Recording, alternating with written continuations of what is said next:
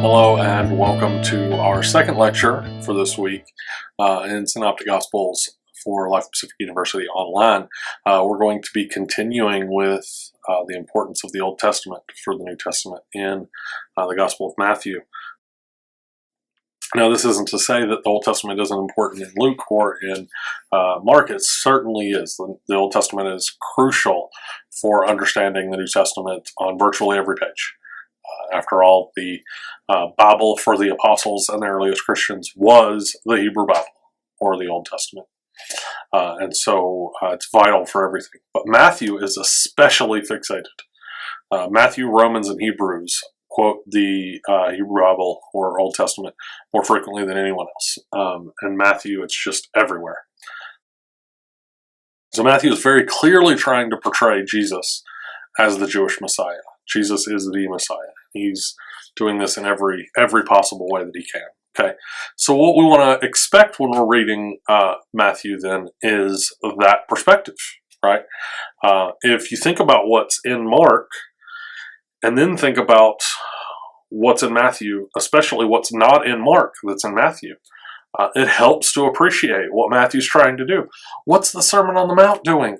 Sermon on the Mount, one of the most important things in the New Testament. Why is it there? And that's key. We're going to talk about that in just a second. So using this sort of redactional approach to Matthew, this helps us to appreciate what Matthew's doing. This redactional approach basically is just comparing Matthew to Mark. Redaction is just to edit. That's what we mean by that. The logic behind this is that an author only edits for a reason, right? Matthew's not going to add things or take things away sort of haphazardly. He's only going to do that if he has a really good reason for it. So that usually is going to give us an idea as to why Matthew's writing his gospel, because we can see what he's changed, what he's added, what he's taken away. Okay, that makes it easier for us to understand who Matthew is and what Matthew's doing. At the outset of his gospel, he gives us this birth narrative and this genealogy. And this is so incredibly important. Sets the tone for the entire gospel. And it's really easy for us to miss how important this is, because for us, genealogies are boring, right? So-and-so beget so-and-so beget so-and-so beget so-and-so. Like, why do I care? Prerequisite for this course is Cultures of Ancient Civilizations, and hopefully in that course you learned the importance of honor and shame, the importance of acquiring honor and avoiding shame. Genealogies are all about honor. The reason that you want people to know who your father is because your father is honorable, and you can carry his reputation. Conversely, if your father's not honorable, you don't want people to know, because you don't want to carry the negative reputation. Now, this is a little foreign for Westerners, generally speaking, though there's a little bit of this kind of mentality in the West here and there. But in the ancient world, in the world of the New Testament, this is just huge. I mean, you actually have people in the Roman Empire who their job is to write fictive genealogies, meaning that if you want to connect your line to, Jupiter, right? Like, there are people who, like, their job literally is to do that. That they connect you to important people in the past so that your honor can increase.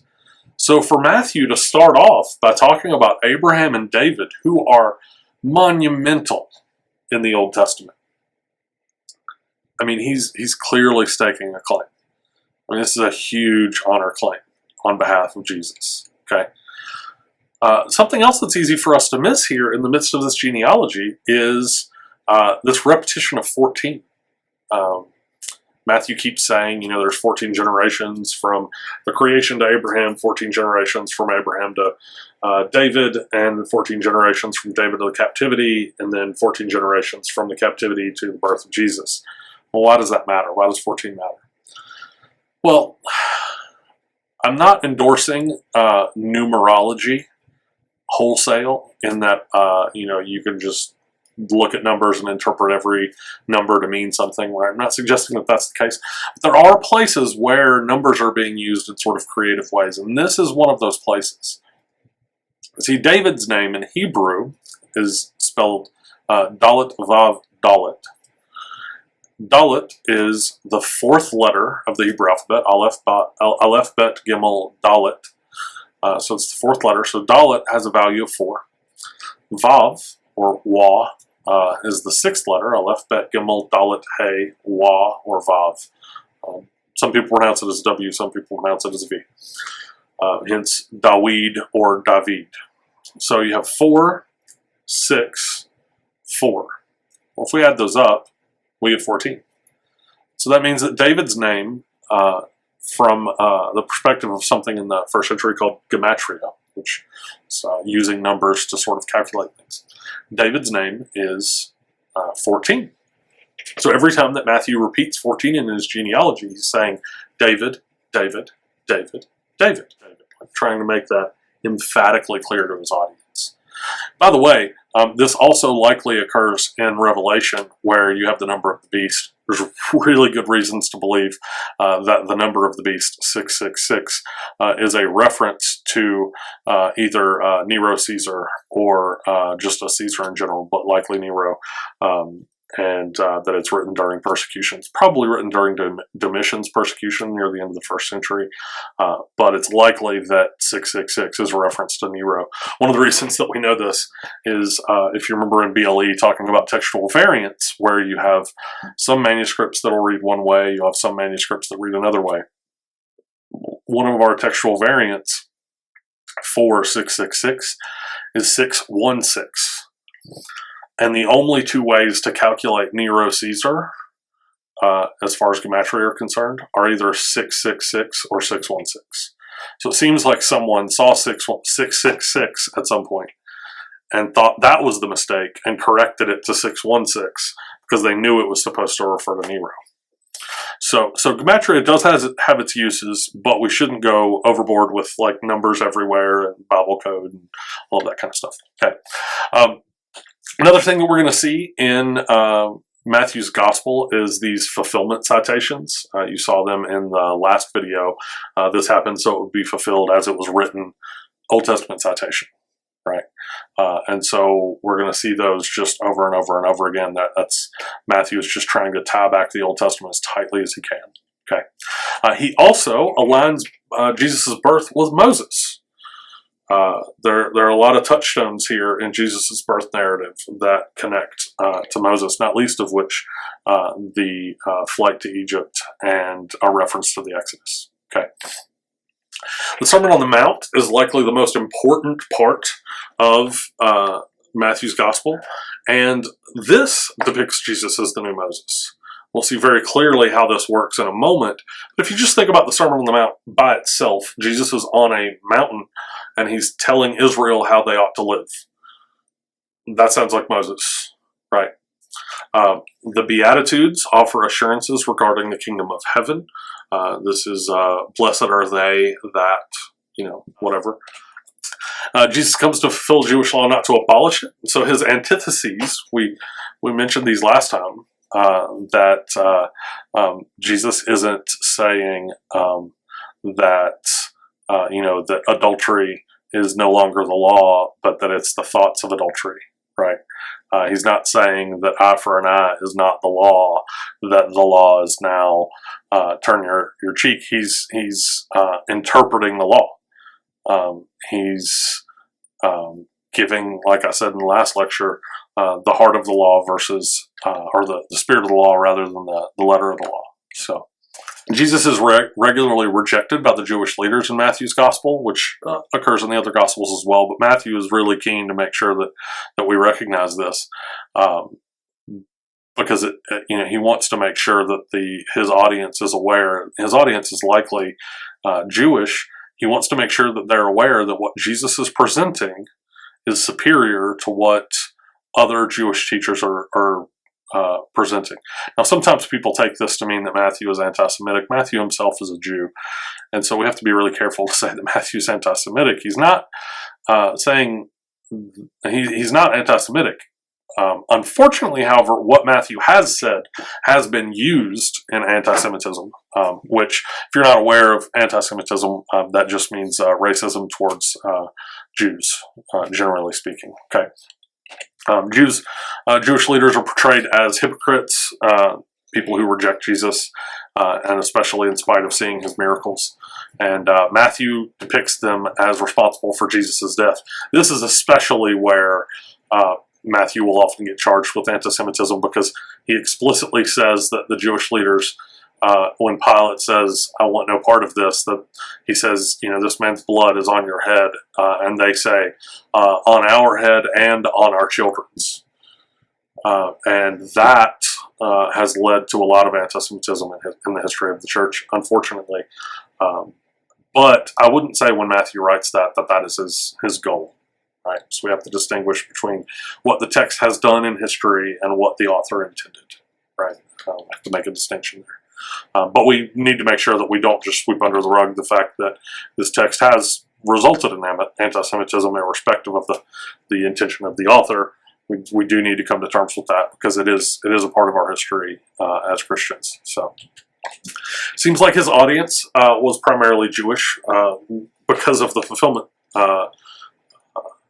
formula, and just in general the emphasis on the Old Testament in general. Right, may have included some Gentiles, but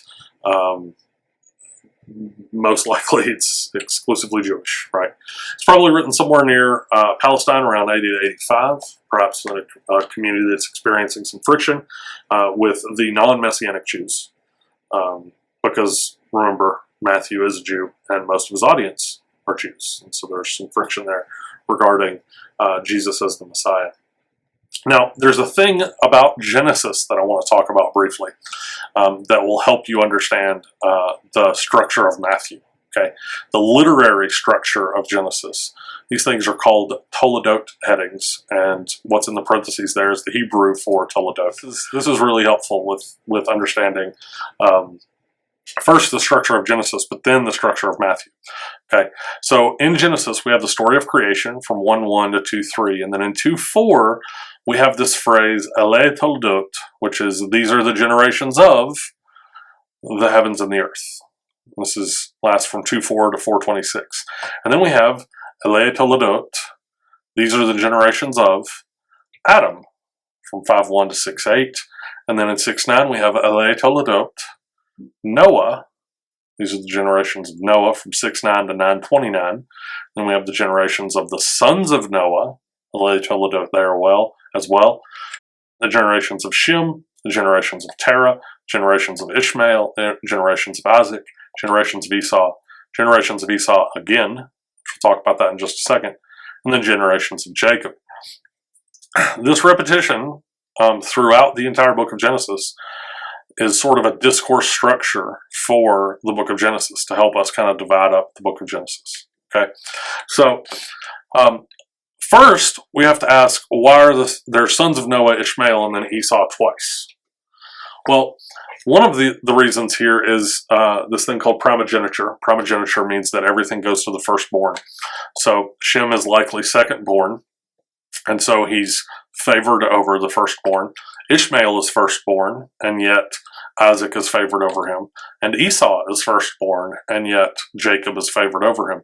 And so the Toledot headings are making sure to point out that primogeniture is not in effect, that the firstborn is not getting all of the favor. Which, by the way, since I'm Foursquare and since I'm an egalitarian, fully believe in women in ministry, anybody that looks at the created order and says man was created first, so he has authority over the woman, nothing in the text gives us that the one who was created first has authority over the one created the second. If that were the case, animals would have authority over humans. It's just absurd. Right?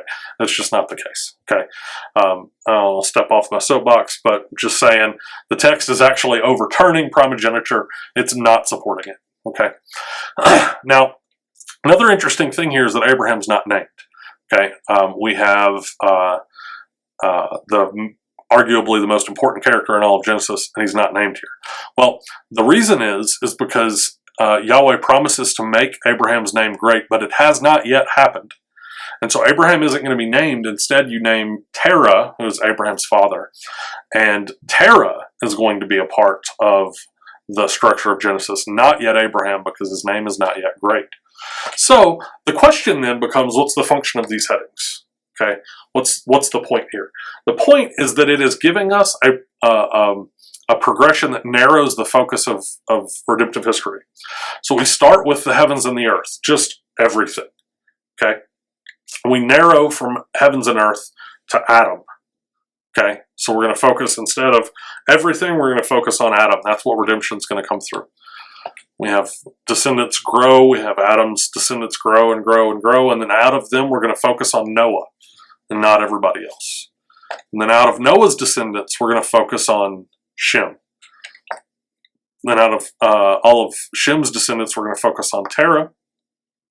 Out of Terah's descendants we're going to focus on Isaac and not Ishmael.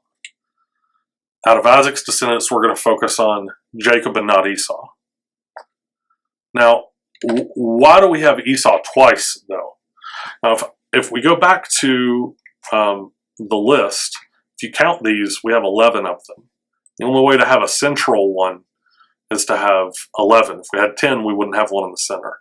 So we give Esau twice so that we can have Terah in the center, which emphasizes Abraham's place in the story. Okay, so that's why Esau is given to us twice. Now, what does all this have to do with Matthew? What's the point of all of this in a Synoptic Gospels class? Why are we talking about Genesis and Toledot headings, right? Well, in Genesis 2:4, these are the generations of the heavens and the earth. When this gets translated into Greek, we have haute he biblos gneseos uranu kai geis.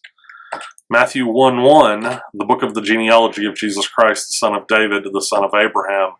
Biblos gneseos Iesu Christu huiu David huiu Abraham. Notice, Biblos gneseos, Biblos gneseos. These are the generations of, these are the generations of. Matthew starts his gospel with a Toledot heading. Matthew is aware of the literary structure of Genesis, and so when he writes his gospel, he picks up with another Toledot heading to say, hey, redemptive history is continuing, and now it's continuing through Jesus. Now redemptive history is focused on Jesus. This is the next step from the redemptive history in Genesis. Look at how we can think through the parallel between the Pentateuch and Matthew. And this is just a quick sample, okay? Jesus' genealogy and birth, Abraham is a significant character. The Pentateuchal parallel, Toledot formulas in Genesis, Abraham is the main character in Genesis. Matthew chapter 2, Herod kills babies to eliminate Jesus as a threat. Pentateuchal parallel, Pharaoh kills babies to eliminate Hebrew threat. Matthew chapter 3, baptism. Pentateuchal parallel, Red Sea. What does Jesus do after the wilderness, or after